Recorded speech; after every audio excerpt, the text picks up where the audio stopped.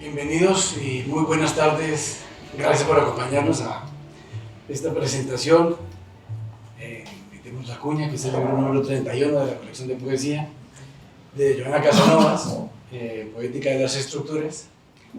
Y bueno, básicamente yo solo os cuento la anécdota de cómo encontré el libro y doy la bienvenida a la poeta Joana Casanovas, Andreu Jaume, que nos acompañaba en la presentación, y que además, digamos, dentro de los paratextos, está que hace, creo que un año, un poco más, Andreu Jaume me envió un original, como a veces intercambiamos entre editores, y me va, tengo aquí un original que a lo mejor te interesa, pensando en tu colección, y yo, bueno, lo tuve ahí como 3 meses y crece esa lentitud de lectura del mundo editorial, y ya cuando lo leí para Semana Santa me quedé sorprendido, no porque lo quiera contar, sino porque es un libro que allí en ese momento a mí no me parecía nada. Incluso la poesía de Joana Casanovas no me parecía nada, y me parece que caía muy bien en el catálogo, porque es justamente una poesía, no me voy a adelantar, ya Andreu nos lo dirá, pero es una poesía que es pensamiento, es ese momento que uno puede decir que la poesía piensa desde la lengua, la poesía es la lengua, es el pensamiento. Pero bueno, el caso es que yo me entusiasmé, y fue tanto el entusiasmo que escribí una reseña sobre un inédito, porque eso es un poco absurdo, porque ya estaba seguro que lo quería publicar. Y luego, bueno, cuando entré en contacto con Joana, leí un par de libros, escogí este, y bueno, ya quedamos en que iba a editarlo, empezó el proceso de edición, y durante el proceso Joana tuvo una exposición, porque Joana Casanovas es artista plástica, y estaba organizando una exposición que se titulaba Mínima Intervención, y durante la factura de esto fue que, digamos, ya cuando hizo la exposición, yo entré, me invitó y bueno, fui por azar, y me encontré con la sorpresa de que una de las piezas era un animal sospechoso. Pues, no lo traje porque lo terminaría rompiendo, pero digamos, lo cuento porque hace parte del libro y no, pero hace parte de cómo a veces entras en contacto con parte del catálogo que no tienes en mente de publicar. Solo quiero agregar que este poemario nació junto con 3 poemarios, y cuando estaba hablando de la exposición plástica, de mínima intervención, mientras Joana iba montando esa muestra, ella terminó escribiendo, ya no lo contaré ya con más tranquilidad, pero otros 2 poemarios que acompañaron ese momento creativo de 3 maneras de pensar la poesía. Y una de ellas fue Poética de las Estructuras. Y termino con esto, saludo a la gente que está en Instagram acompañándonos, ahora voy allí a la cámara. Básicamente el título nos da una clave muy importante para entrar en lo que es eso que decía yo, que el poema habla desde lengua, el poema habla desde pensamiento, el poema es justamente eso, el poema que se dice a sí mismo, es la poética de las estructuras de pensamiento, estructuras mentales, estructuras pensadas desde la lengua de la poesía. Así que bueno, os doy el paso a vosotros, que sois los invitados bajo los focos, y yo me voy allí a mi cámara. Andreu, gracias. Bueno, buenas tardes. Muchas gracias a la librería Byron por acogernos. Gracias a Juan Pablo y enhorabuena por haber publicado este libro en esta editorial, El más sospechoso. Este año, según me decía, ahora cumple 10 años de labor ímproba y heroica, y muy satisfactoria también, porque ha conseguido crear realmente uno de los sellos más importantes, yo creo, más relevantes de ámbito hispánico en poesía. Por tanto, cuando leí el manuscrito de Joana, enseguida pensé en Juan Pablo, que le podría interesar, y así fue. Realmente me alegro mucho de que fuera algo en ese sentido muy fácil, muy rápido, muy inmediato, ¿no? Y que estemos aquí hoy celebrando este libro. Yo quisiera decir unas cuantas cosas antes de que hable Joana o que nos lea poemas. Una es que este es el primer libro de Joana Casanovas, primer libro, Y eso quiere decir muchas cosas. Para empezar, cuando lo leáis, o los que ya lo habréis leído, os habréis percatado de que es un libro de una extraordinaria madurez, es un libro de una extraordinaria complejidad, es un libro que tiene detrás casi toda una vida de observación y de escritura a un nivel muy hondo y muy ambicioso. Y es algo que, por así decirlo, cada vez cuesta encontrar más, no solo la calidad que se encuentra en este libro, sino también la paciencia, la amorosidad, el tiempo que ha invertido aquí. Yo creo que la gente nacida en el siglo XX, por así decirlo, todavía conservamos una especie como de respeto, de reverencia hacia la literatura, hacia el hecho de publicar, que hoy en día en nuestro siglo se ha pervertido o se ha transformado completamente. Se podría ver desde dos puntos de vista. Desde un punto de vista negativo sería decir que se ha pervertido, y desde otro punto de vista se podría decir que simplemente se ha transformado completamente, ¿no? Hoy en día casi todo es público, todo el mundo tiene un público desde que se levanta hasta que se acuesta, todo el mundo publica cosas, vídeos, su propia vida privada, sus peripecias, y también muchos escritores jóvenes, muchos poetas jóvenes tienen una facilidad para publicar que nunca se haya conocido, lo cual tiene cosas positivas y otras negativas. Ahí está lleno de poetas con 30 años, ya tienen su poesía reunida en volúmenes de 500 páginas, lo cual se acaba distorsionando o empobreciendo un tanto la recepción de su propia poesía, lo cual es contraproducente. Por tanto, la primera valoración, la primera consideración en torno a Poética de las Estructuras es esa. Es decir, aquí hay una virginidad, por así decirlo, que es única. Es decir, cuando un escritor decide publicar un libro y un escritor con una extraordinaria conciencia de su oficio y ese extraordinario respeto, ese temor, como decía T.S. Eliot, hablando de poetas jóvenes en su época, no le tienen suficiente miedo a la poesía, ¿no? Joan Casanovas le ha tenido mucho miedo, le ha tenido mucho respeto y por eso ha esperado tanto a publicar. Y eso es el testimonio de toda una vida, se dice pronto. Hay muchos escritores que entran en una especie como de rueda publicitaria, de publicación más o menos periódica, y lo que había sido un largo proceso de maduración queda a veces un tanto banalizado o descargado, digamos, de esa conciencia precisamente por la rueda de la publicación, ¿no? Decía Henry Dickinson, publication is the auction of man's mind, ¿no? Publicar es la subasta de la mente del hombre, ¿no? Evidentemente yo soy editor y estoy absolutamente a favor de publicar, pero también estoy a favor de publicar manuscritos de este calado y de esta intensidad, y de respetar y de admirar y de reconocer, por tanto, públicamente a personas que se han tomado con tanta seriedad y con tanto respeto algo como la poesía o como la literatura en general, porque Joana también es escritora de novelas, también ha escrito cuentos infantiles, en fin, es alguien con un talento que va más allá de la poesía y espero que se vaya conociendo a lo largo de los próximos años. Y esta paciencia, esto que hoy en día ya no es un valor, porque el valor es la juventud y, en fin, la precocidad y el arrojo, la urgencia, esto que no es un valor, creo que tiene precisamente por eso un valor extraordinario. Y eso es lo que quería reconocer yo de este poemario y en general de lo que empieza a ser ya, a partir de hoy, la trayectoria literaria de Joan Casanovas. No empieces a publicar ahora un libro cada año y me dejes en mal papel. Y luego yendo ya al libro. El libro es un libro difícil, por todo lo que decía, es un libro que no se abre inmediatamente, es un libro que requiere de una lectura y una relectura reposada, es una poesía exigente, que no está, digamos, en ningún canon actual, que no se puede adscribir a ninguna corriente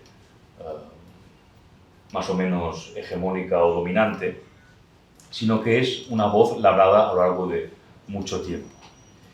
Joan Casanovas tiene un lenguaje extraordinariamente depurado, muy exigente también. Hay un hermetismo muy conseguido, muy plástico también. Tiene algo, yo creo, en ese sentido muy relacionado con su obra plástica. Y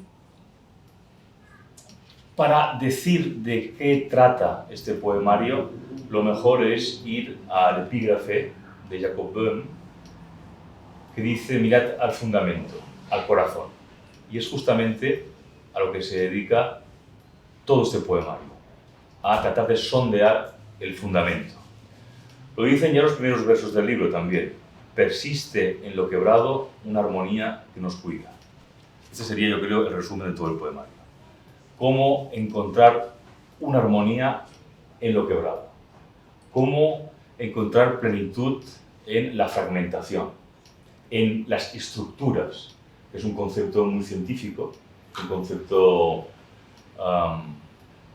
podríamos decir que poco poético, y esa especie como de oxímoron del título, poéticas estructuras, ya nos informa de lo que está buscando. Es precisamente esa armonía, no en lo oculto, sino precisamente en lo quebrado, en lo destruido, en el dolor. Hay mucho dolor en este poemario. No es un dolor, por otra parte, evidente, no es un dolor que esté secundado por un relato de una experiencia biográfica, pero todos los aciertos, creo yo, de esta poética, que consigue despertar mucha emoción en el lector sin que el lector nunca sepa exactamente de dónde procede todo ese dolor oculto o subterráneo que está en los poemas. Como decía Eliot otra vez, parte del goce que un lector experimenta con la poesía procede de experimentar algo que no iba dirigido a nosotros. Algo que no iba dirigido a nosotros. Esa especie como de eavesdropping en inglés, de escuchar algo que no está dirigido a uno mismo. Yo creo que es algo que está muy bien modulado a lo largo de todo el poemario. Me gusta mucho también la aproximación a la lectura que hace el propio Juan Pablo Roa en su prólogo, que es espléndido. Y trae a colación, hablando precisamente de cómo Joana se relaciona con lo quebrado, con el mal, con el dolor, con lo feo. Trae a colación una cita de Saul Jurkevich que me parece que es muy, muy pertinente. Dice Juan Pablo: sin embargo, la posmodernidad nos ha enseñado a ver que vida y poesía no son magnitudes equiparables en el plano ético, con lo que solo nos queda la salida del simulacro, de hacer como si. Ya en 1961 escribía Saul Jurkevich que la palabra, esta es cita, la palabra es ahora reflejo de reflejos, simulacro, escoria. Ya no puede decir el mundo, solo expresa el ser temporal del poeta, la condición humana. Es signo del ser que se vive a sí mismo, no discurso sino puro transcurso. Escribir no es escribir el mundo, sino escribirse, dándonos a entender, aquí también la cita, que a partir de la posguerra la relación entre vida y poesía es prácticamente imposible de establecer. Yo iría más lejos, yo diría que esto es el gran problema de la modernidad, más o menos desde el romanticismo hasta nosotros, es decir, el momento en que se funda la subjetividad y de pronto, por así decir, la poesía y la literatura ya no puede más que nombrar aquello que la propia razón, de alguna manera, verifica a través de la experiencia. Y por eso la poesía se encierra, digamos, en un discurso puramente experiencial y ya no puede aspirar a nombrar la totalidad del mundo. Ese es también, por cierto, siendo tú artista plástica, algo a lo que quizás te habrás asomado, un problema del arte en general. Como de pronto el arte ya no puede nombrar la totalidad. Y por eso el arte empieza a discurrir por caminos, digamos, de fragmentación, de abstracción y, en definitiva, de disolución. Pero también es un problema muy vivo en la literatura y especialmente en la poesía. Si pensamos, por ejemplo, en la poesía clásica, si pensamos, por ejemplo, en la teoría de los géneros de Hölderlin, como Hölderlin analiza la evolución de la palabra poética en Grecia desde Homero hasta Píndaro, hasta la tragedia, como ahí se refleja una evolución de una palabra poética que también sufre una especie como de desintegración en el propio mundo antiguo y clásico. Bien, en la modernidad toda la poesía, de alguna manera, la más ambiciosa ha sido consciente de eso, a un nivel tanto práctico como crítico, y ha querido o ha intentado regresar o, en algunos casos, intentar salvar el abismo que hay, ¿no? que se ha abierto en la modernidad, ¿no? Quizá el caso más paradigmático de todos en el siglo XX haya sido el de Rilke. Yo, curiosamente, aunque no es una influencia palpable ni evidente en este libro, he pensado mucho en Rilke porque Rilke es quien lleva a cabo, por así decirlo, la revolución más profunda en ese aspecto. El que intenta, y a mi juicio consigue, restaurar todo eso que se había perdido en la poesía moderna, esa incapacidad de nombrar la totalidad, de celebrar al fin y al cabo, de hacer que la palabra vuelva a ser reflejo absoluto del mundo, y que no sea solo, como decía aquí Yuquielis, solo escoria, que sea resto, como un resto, ¿no? Y tú, Joana, que también has leído muy bien a Rilke, pues te acordarás que la novena elegía, que es en ese sentido la culminación de todo un proceso en el que Rilke intenta llevar a cabo un proceso de restitución entre palabra y mundo, lo consigue y lo celebra. Cuando dice simplemente, quizá hemos venido aquí para decir puerta, ventana, casa, a lo sumo torre, columna, a lo sumo lo que se eleva, ¿no? Pero ese intento de volver a decir lo que está aquí, digamos, lo que está aquí, estar aquí es maravilloso, esa horizontalidad, ¿no? Que puede volver a ser decible. Rilke lo dice exactamente, aquí, con esas palabras, en la novena, que es un juego constante entre lo decible y lo indecible. Una elegía en sí misma que es inagotable, es infinita y que, en fin, ha hecho correr ríos de tinta, interpretación, pero que básicamente yo creo que se puede interpretar como ese feliz resultado de poder volver a nombrar el mundo con toda intensidad y con toda plenitud. Bien, entonces, Joana, lo que me ha interesado mucho en este poemario es que lo que hace no es exactamente seguir la senda de Rilke o de otros poetas que intentan esa restauración, sino que directamente Joana se sitúa en el plano, digamos, de la negatividad, para decirlo con un término propio, de la negatividad, es decir, no la rehúye. Hay poetas en el siglo XX que la rehuyen, o que poetas muy buenos, Jorge Guillén, por ejemplo, en las 3 primeras ediciones de Cántico, que la rehuyen y tratan, digamos, de solventar ese gran problema de la modernidad de otra manera, ¿no? Acercándose, digamos, a la parte luminosa del mundo y olvidando la parte oscura.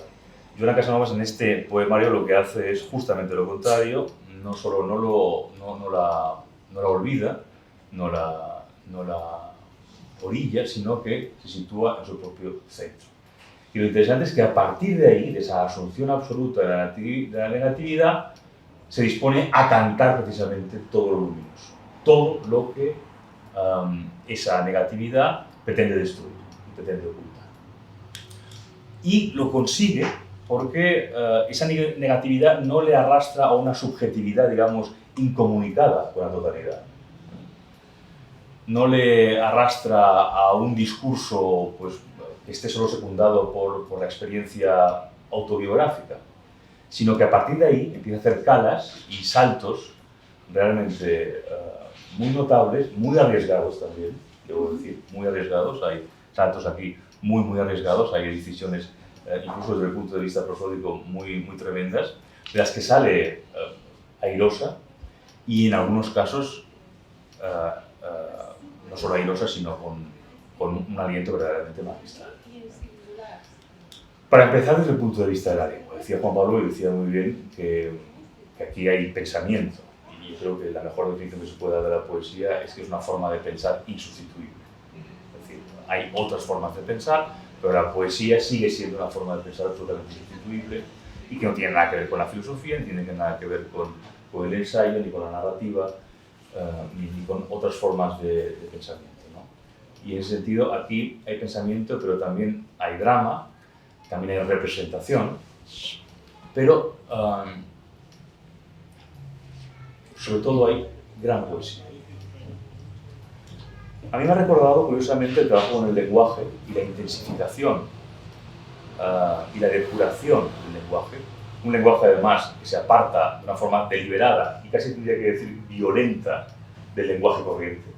Es otra de las características de este poemario, de esta poética que huye, por así decirlo, del lenguaje vulgar y corriente, el lenguaje que ha informado tradicionalmente la poesía moderna, como de gesto barroco muy intencionado, que también es sintomático, y me ha recordado mucho a la poesía última de María Mercè Marçal, una poeta catalana extraordinaria que murió muy joven y que a mi juicio es una de las grandes poetas, no solo a nivel, por supuesto, catalán y español, sino también europeo. Ese trabajo con el lenguaje, esa voluntad de ir precisamente al núcleo, a lo fundamental, a eso que también hace Rilke, que es escribir desde un lugar tan cercano que parece extrañísimo. Uno cuando se da cuenta de que Rilke habla desde el puro núcleo, desde el puro centro, o sea, desde lo más cercano a nosotros, enseguida se comprende mucho mejor, ¿no? Esa lejanía, digamos, que puede aparentar por su complejidad, de pronto se disuelve o se relativiza. Y eso pasa también con tu libro, porque cuando uno se ha dado cuenta de eso, todos los poemas se acercan muchísimo más. Voy a comentar sobre este respecto, por lo que he dicho, un par de poemas que me han impresionado mucho.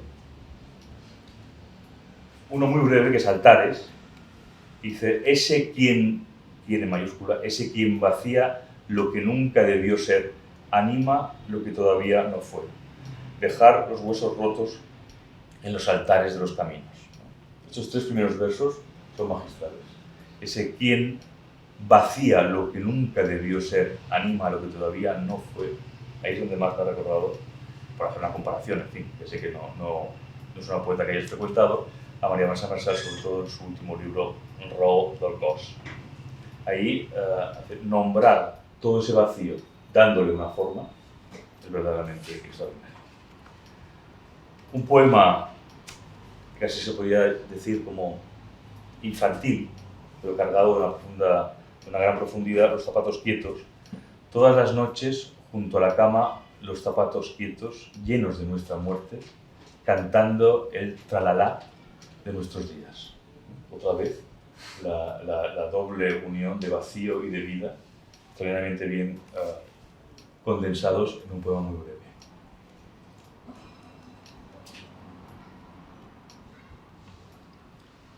Y el último que quería comentar es Intemperie.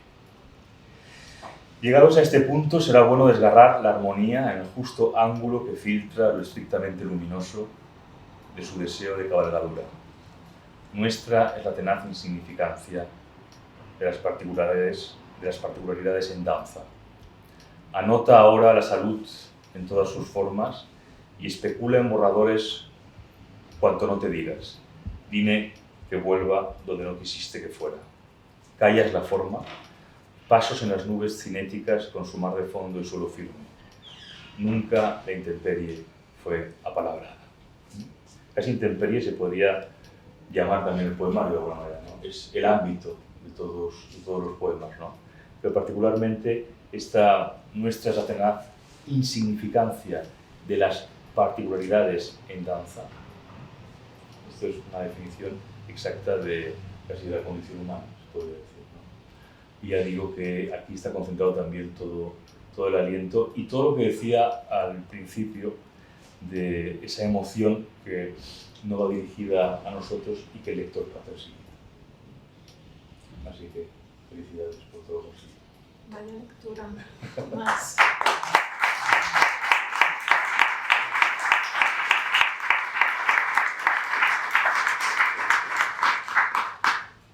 Bueno, muchísimas gracias. Voy a hablar sin micrófono, creo que se me escucha bien. Bueno, gracias a todos por haber venido, por estar aquí. Gracias a todos. A la librería Byron por recogernos, a Juan Pablo Roa, al equipo de Animal Sospechoso y a Andreu Jaume por esta lectura de tanto alcance. Y has dicho tantas cosas que van a abrir campos también para mí misma, ¿no? En el trabajo. Es verdad que cuando se termina un trabajo, que este poemario empezó en 2020 y terminó un año y unos meses después, es verdad que uno toma cierta perspectiva y va viendo cosas, ¿no?, que no había, por supuesto, digamos, que no había racionalizado en este modo, pero que se aparece, digamos, de una forma más racional. Pero no me gusta mucho hablar en estos términos porque parece que achatas también los posibles caminos de lectura, ¿no? Así que me voy a limitar solo a explicar un poco cómo fue en el sentir, que es finalmente lo más legítimo y lo más humano, ¿no? No fue en absoluto premeditado. Empezó esto en una cuenta de Twitter en donde había un diálogo muy vibrante con algunos perfiles, gente interesada en el pensamiento crítico, en filosofía, en literatura, pero había muchísima reflexión sobre qué es el arte, o qué esperaríamos que fuera, o qué nos hace sentir, que nos da consuelo y alivio, o digamos en toda esa positividad. Pero para mí también tenía muchísima importancia hablar del daño, más que de la negatividad, ¿no? Y que aún en el daño había mucho motivo de celebrar lo mismo que está ahí como daño, pero que parte también no solo de un bien y una bondad, sino de una esperanza que puede proyectarse en una transformación permanente. Entonces ese juego del daño y el bien me parecía muy vibrante justamente, ¿no? Y es algo que me ha acompañado siempre, no solo en este poemario. Y ahí hay el aspecto de revelación también, que de hecho toma el título uno de los poemas, revelación de que persiste en lo quebrado una armonía que nos cuida, ¿no? Ese cuidarnos en el daño ya consumado, y no está todo perdido, por decirlo de alguna forma. Entonces, más que de positividad, me gusta hablar de una realidad que se expande en todas direcciones y que forma parte del todo, ¿no? Sí que me ha gustado el comentario que has hecho sobre el título, porque me gusta que has estado en el clavo de que yo tenía intención de que fuera algo muy neutro. Has dicho científico casi, ¿no? Y me gustaba la idea de que fuera así un poco neutro, un poco frío incluso, porque justamente posibilitaba plantear los dos escenarios que basculan en lo humano permanentemente, ¿no? Y esa interrelación finalmente marca una estructura, ¿no? Esos puntos de referencia que van estructurando, van formando incluso campos semánticos, ¿no? También, y acaban siendo también alzados de una arquitectura, no solo tomando de punto de referencia los conceptos, ¿no? Se habla de urdimbre, se habla de fundamento propiamente, se habla de desecho, se habla... bueno, hay elementos también propiamente estructurales, ¿no? Zuncho, fleje, me interesaba generar esa atmósfera de arquitectura, de alzado arquitectónico. Y eso seguramente también tiene que ver con una forma de pensar plástica también. Y eso me acompaña de una forma muy natural, es decir, que me di cuenta a posteriori, no es una cosa de la que fui consciente, sino armando el poemario, que respeté bastante el proceso de creación en el orden. Juan Pablo propuso un orden diferente y yo puse pegas, porque tal y como está refleja un poco la andadura del descubrimiento de esos alzados que se iban como moviendo, ¿no? Como llaves de bóveda que están ahí sujetando cosas y que se van abriendo en espacios a diferente nivel también, ¿no? Cuando digo, tenemos que hablar del desecho, o sea, ya me voy a las cloacas, ¿no?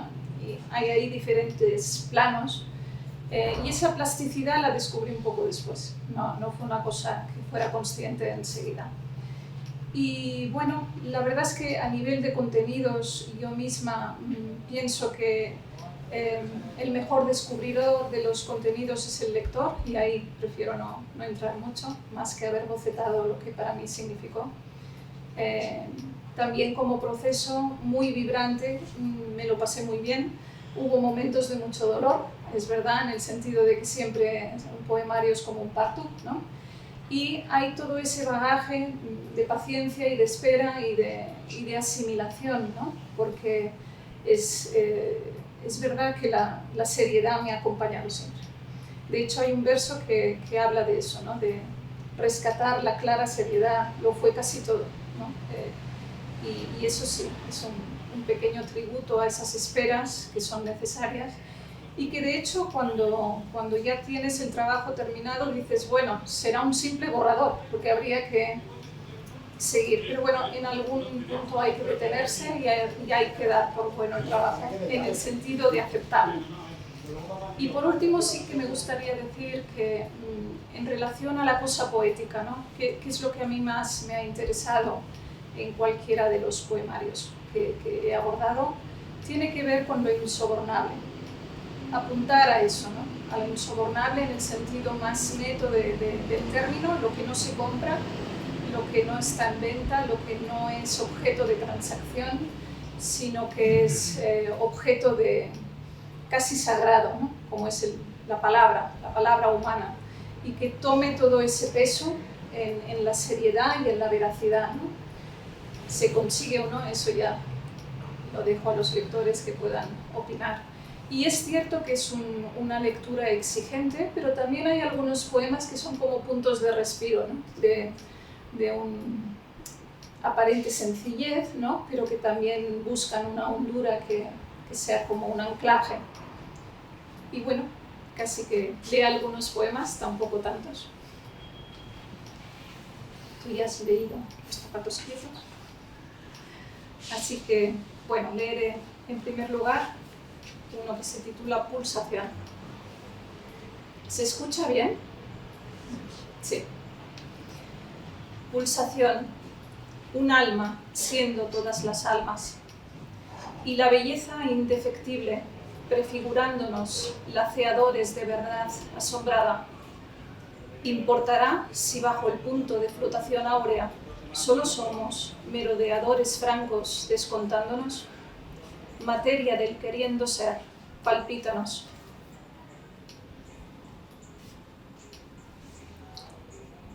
Revelación. Desbordamos el vaso de vida sin saber cuán lejos remansa el asombro que nos brinda cierta turgencia de divinidad.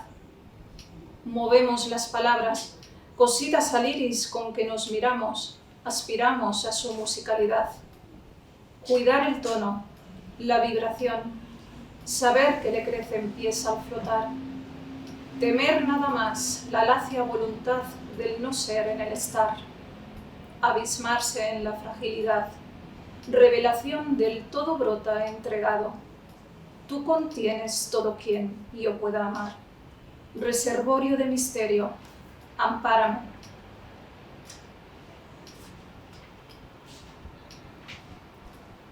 Bueno, voy a leer uno que tiene un tono un poco más jocoso para que cambiemos de registro. Aunque bueno, finalmente también tiene su dureza. El tirano llorón.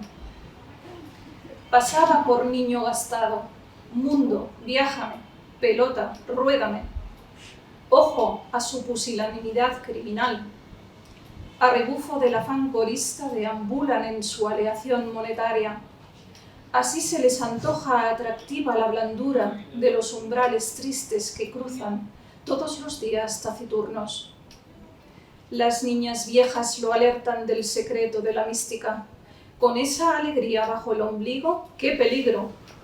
Pasará el libertario y al verla tan suelta, le subirá el amor raíces e integrados engendrarán floración. Esos dos hasta hambre querrán. Rabian las coristas de pura compostura.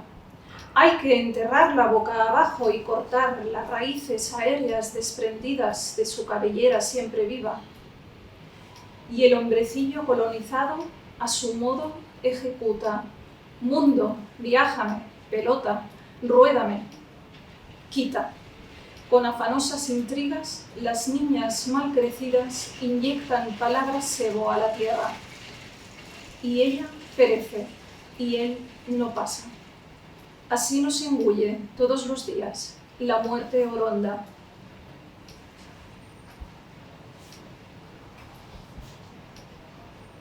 Tenemos que hablar del desecho. Tenemos que hablar del desecho en el punto que engrana prestigios, jirones de mueca y fina sordera, fasto embarrancado que pasa por norma, injerto de miseria que amedrenta y acumula. ¿Para qué tanto estertor de decoro llevado al órgano si acaba en dolorosa desolladura de todos? Hechizo y fatal ungüento, no cesamos en la conjura, afrenta de todo lo sutil que imaginamos un día.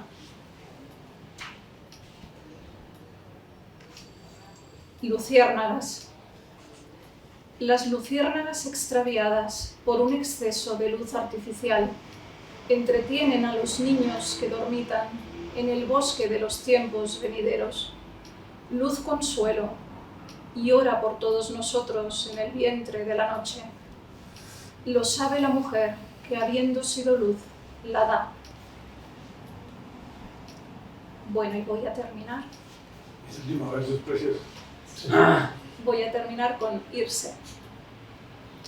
Irse para ser un secreto o un recuerdo, una promesa tal vez, y en la incierta senda, con suerte, dar con la semilla enamorada, voz otra, fragante y nutricia, para no morir de hambre ni enloquecer.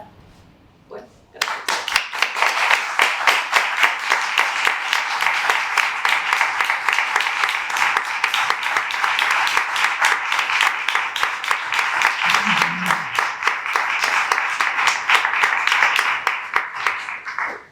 No sé si alguien quiere hacer alguna pregunta o...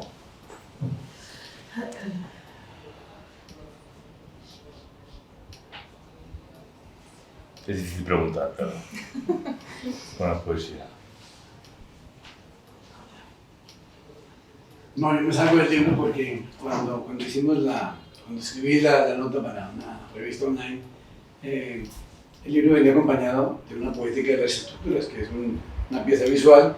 Entonces, como yo lo interpreto así, una baldosa o una superficie blanca, resquebrajada, y hay una figura humana que está al borde de la línea, y para mí eso es la poética de las estructuras. Es un poco de eso. espaldas a esa...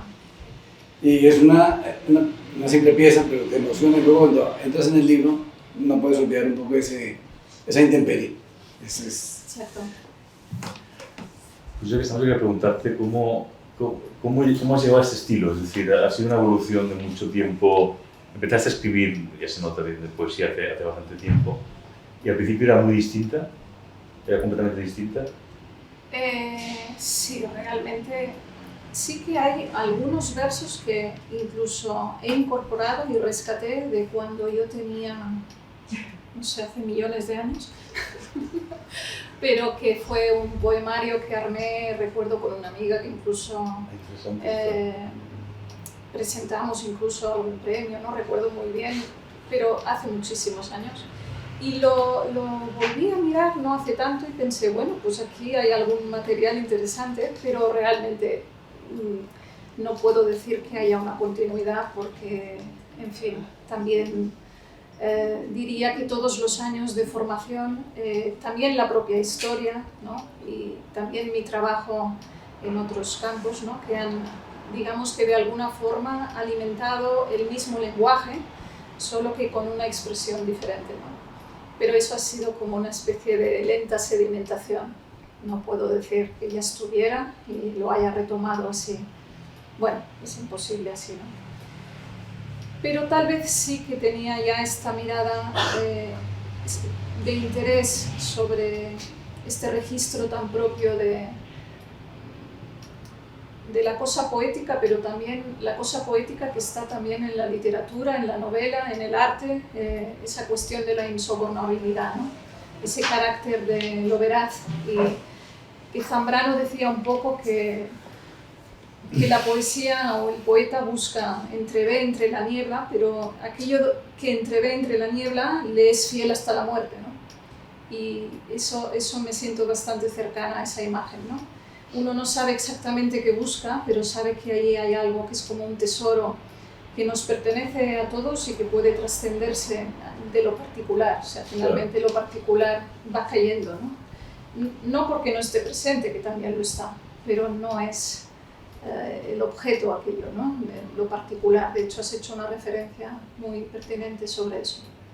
Y ese trabajo con el lenguaje tan de grabado, digamos, y con un lenguaje que se aparta, como te decía, casi violentamente, digamos, del habla corriente, es algo muy consciente por tu parte, precisamente para ahondar en esa insoportabilidad.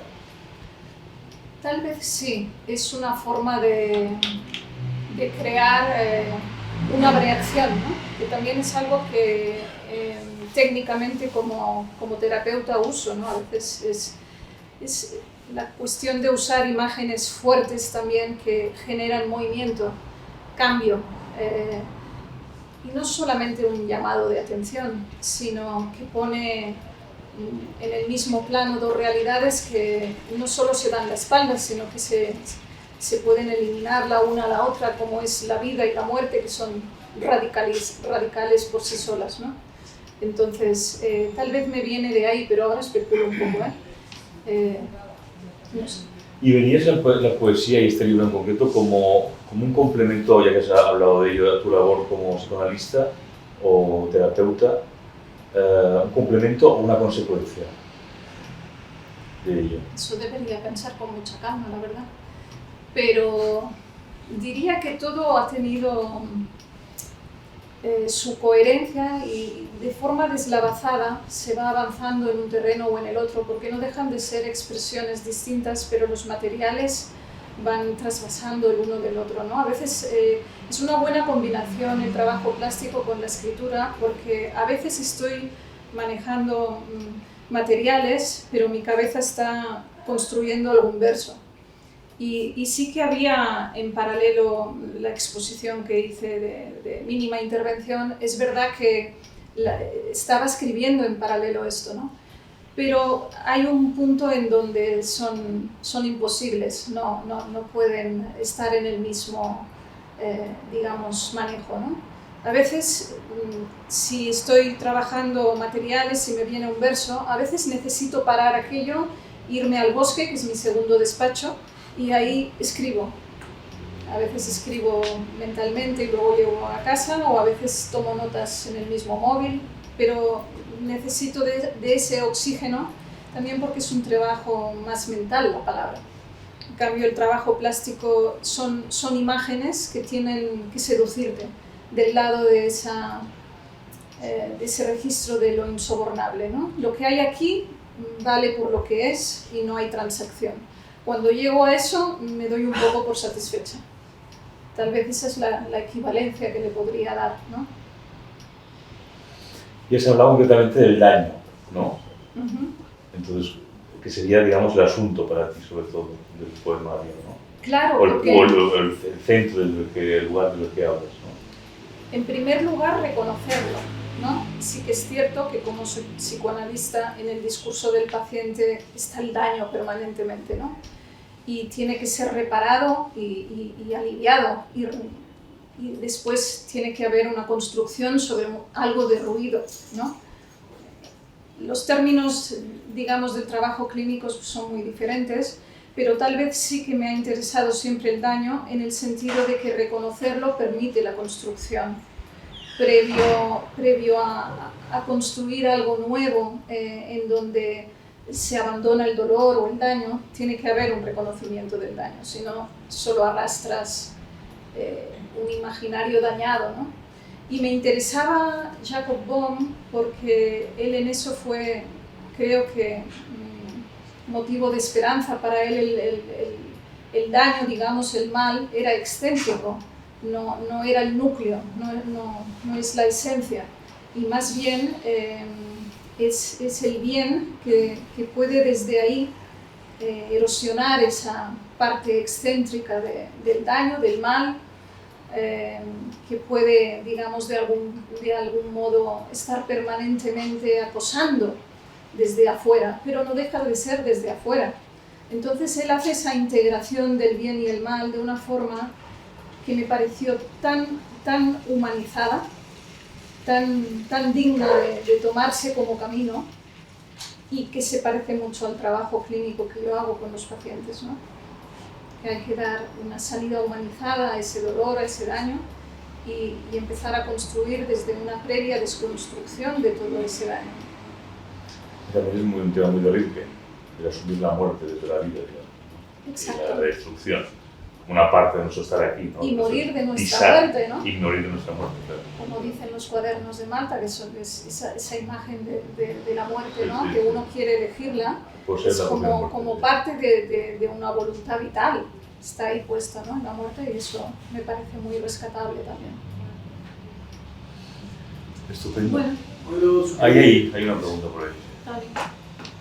Creo que era Fiorian, que decía algo así como la belleza o el arte no salvará al mundo, pero nos acercará un poquito, o nos puede acercar algo a la felicidad. Creo que era él.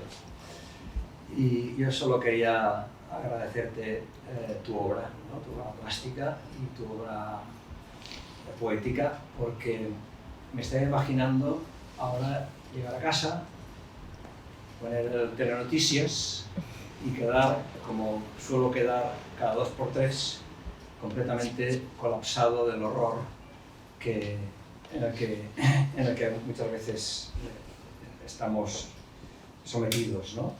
Y me imaginaba después, yéndome a la cama con el libro, pudiendo leer estos poemas tan maravillosos que has escrito y sintiéndome un poco rescatado de todo eso.